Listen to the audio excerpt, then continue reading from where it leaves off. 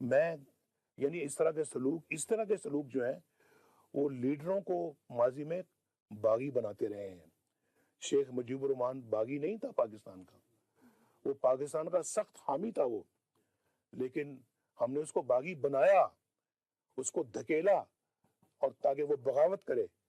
تو میں یہ کہنا یہ چاہ رہا ہوں کہ اتنا کل میں نے کہا ہے یار میں سارے دکھ غم بھولنا چاہتا ہوں، میں یہ سب بھولنا چاہتا ہوں، اور میں چاہتا ہوں کہ میں اپنے ملک و قوم کے وسیع تر مفاد میں ان کو بھولوں.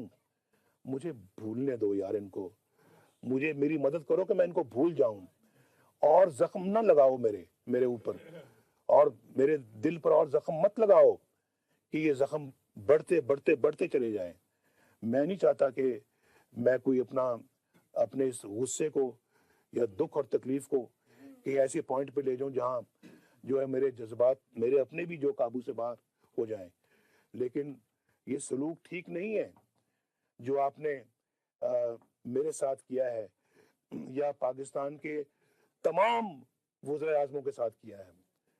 1947 سے لے کے آج تک ہر وزیر اعظم کے ساتھ یہی سلوک ہوا ہے، اس سے ملتا جلتا سلوک ہوا ہے.